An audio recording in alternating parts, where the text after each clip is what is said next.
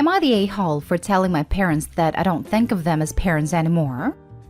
My 17 female parents got divorced when I was 9, and probably for the best because they sucked together.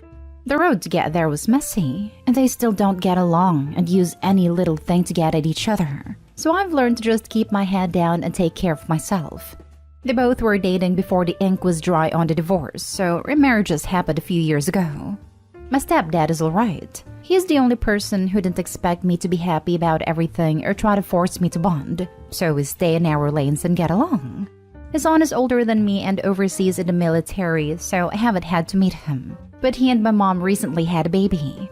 My stepmom is meh, not bad but kind of interfering and doesn't stay in her lane. So I have no interest in forming any kind of relationship with her beyond what's necessary to live in the same house. That upsets her, but she's a big girl and can deal with disappointment. It's not going to change at this point.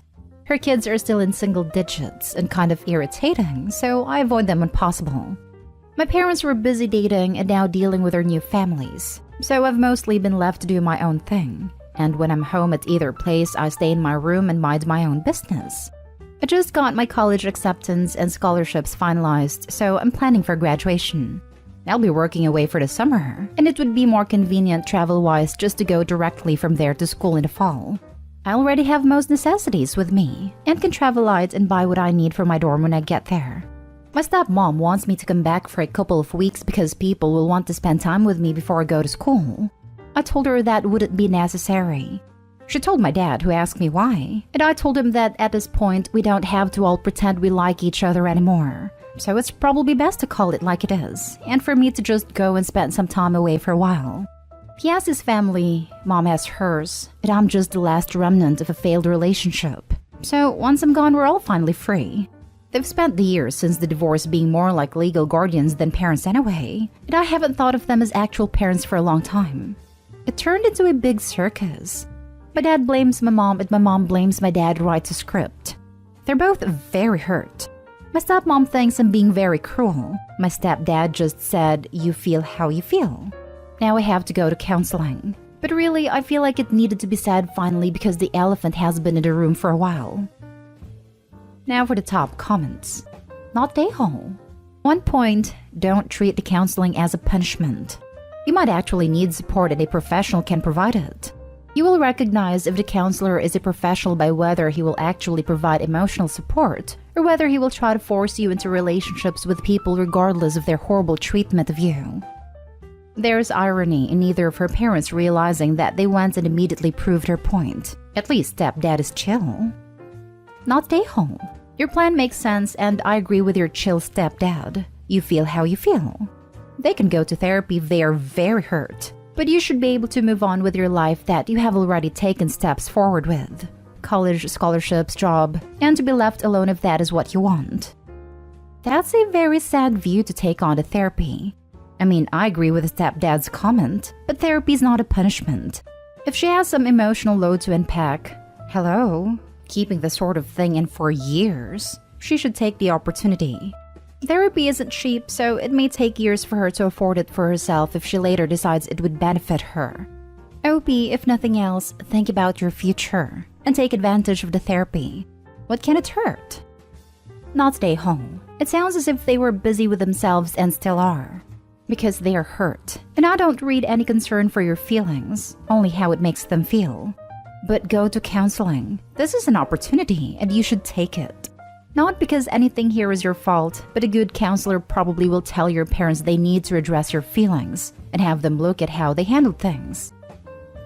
Next story. Am I the a-hole for sending my cousin the bill for my kid's birthday cake because her kid ruined it? We recently threw my 5-year-old a birthday party. He hasn't had a real birthday party since he was 2 years old due to COVID, so this was the first one he'd actually remember. We wanted to make it special, so we invited all our closest friends, family members, and their kids. One of my cousins, a single mom, has a very unruly 6-year-old. He is loud, disobedient, and a nightmare in public. When it came time to blow out the candles and cut the birthday cake, he came and stood directly next to my son. I anticipated what was going to happen next, and asked my husband to stand behind this kid in case he tried to pull anything. After we sang, this kid kept trying to blow out the candles. My husband kept blocking him and pulling him back, and we could tell the kid was getting frustrated. Eventually, my son blew out the candles and the kid absolutely lost it. He threw a tantrum and slammed his entire arm into the cake, knocking it into the table. It was so awkward. Everyone gasped and got quiet. My son looked up at us and I could tell he was about to start crying. In an effort to not cause a bigger scene, my husband picked him up and whispered to him that we had another special cake just for him. We didn't, and he seemed to calm down. Meanwhile, his cousin was still standing there screaming and crying, his arm covered in cake, while his mom was nowhere to be seen. I walked him over to the sink and washed him off, and quietly told him that he shouldn't have done that to the cake, and that he should apologize to his cousin for what he did. He screamed "no" in my face and then ran away. My husband ended up running out to buy a sheet cake that we cut and served to everyone. I spoke to my cousin after the party about what happened since she wasn't in the room, and she brushed it off saying kids will be kids. I completely disagree. I've been to plenty of birthday parties where the other kids let the birthday boy/girl have their moment. I suggested she pay for the ruined cake, and she looked at me like I was crazy. I told her how important it was to us that this birthday be special to my son, since it would be the first one he remembered, and how all he would remember was that his cousin ruined a special moment. She got extremely defensive and refused to pay for anything. She then accused me of acting like the perfect mom and began to list the ways in which I was in fact not perfect.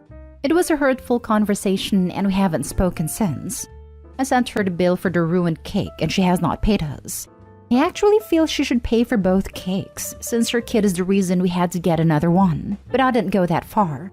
My husband thinks she'll never pay us and that I should drop the issue at this point.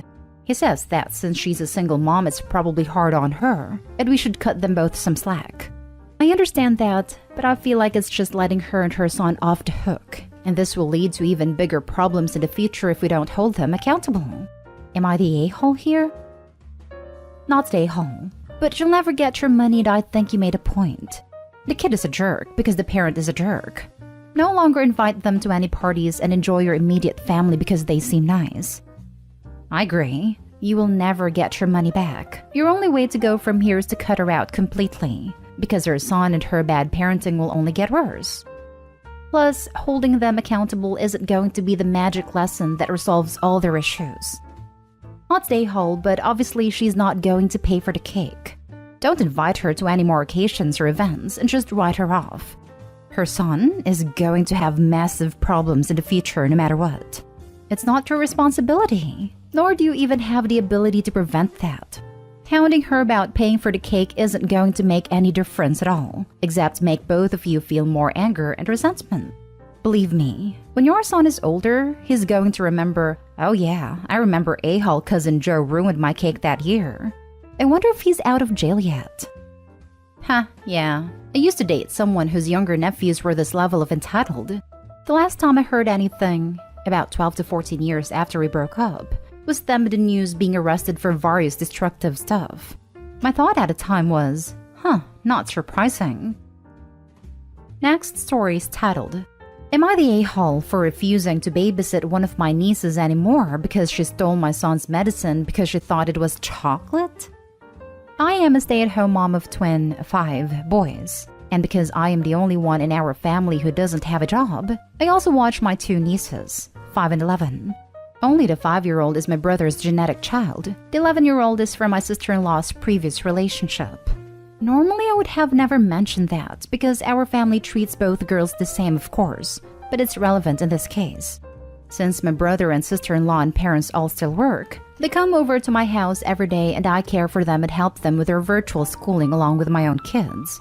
One of my boys has a problem with chronic constipation, to the point that he's had a problem with encaprices because of it. Doctors still don't know exactly what is wrong. We're still trying to figure it out. One of his medicines he has to take every day is those X-Lax chocolate bars. He has 1/2 square every morning. We've had issues in the past with the kids asking for chocolate because they see my son eat some, but I've explained it's not really candy, but son's medicine. My other son understands and is fine with it. There have been a few times my sister-in-law has asked if I could get a normal chocolate bar for the other kids, so everyone gets chocolate in the morning to make it fair. refuse to do that because my kids don't need chocolate every day. And it wouldn't be fair to my son because this medicine is fairly bitter and certainly does not taste like real chocolate. So long story short, the 11-year-old ended up stealing all of my son's medicine and ate the whole thing one afternoon when I wasn't looking. Obviously, this did not turn out well for her, and her parents had to take her to the hospital because she was so sick. I was furious because she knew that was not allowed, but she said it wasn't fair that my son always got chocolate and she didn't. I told brother that I didn't want to watch 11-year-old anymore because I can't trust her not to steal my son's medicine. Sister-in-law is furious, saying she has no one else to watch her, and I could have fixed this by letting her daughters have chocolate to make it fair.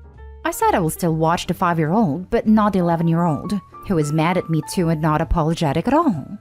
Brother is begging me to look past this, but honestly, I don't want to. I am so mad that she did this, and now I have to buy more medicine. Am I the a-hole?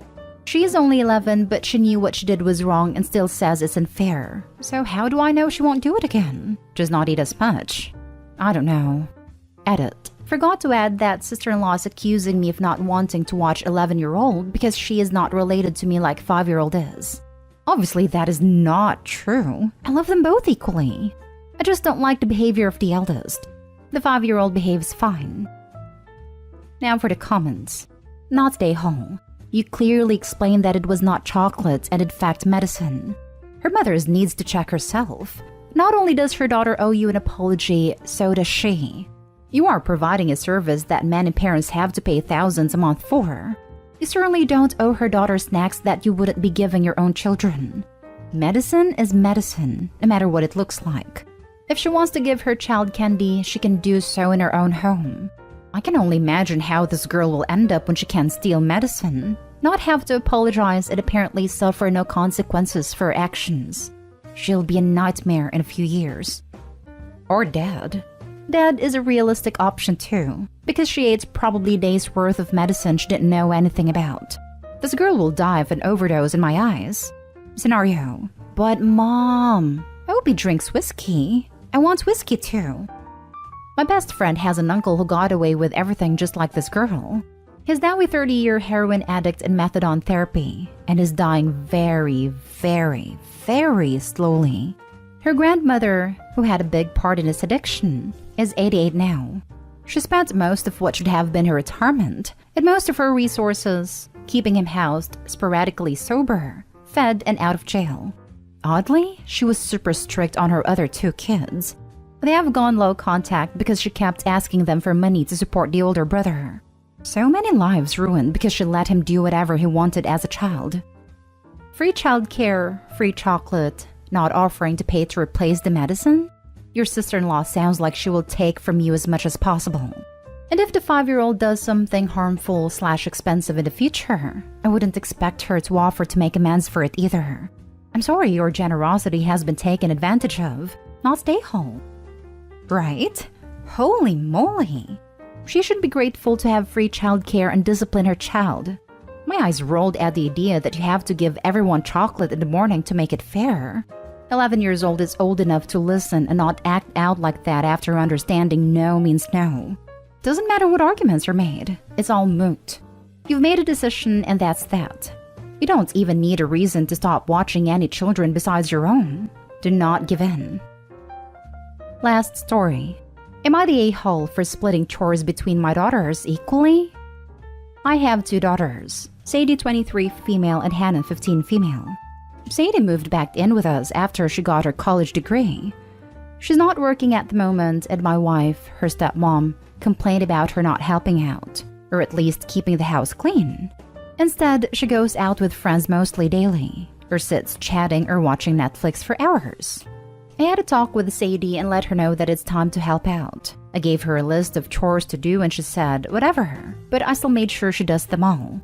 A few days ago, Sadie complained about how unfair it is that she has a list of chores to get done while Hannah doesn't.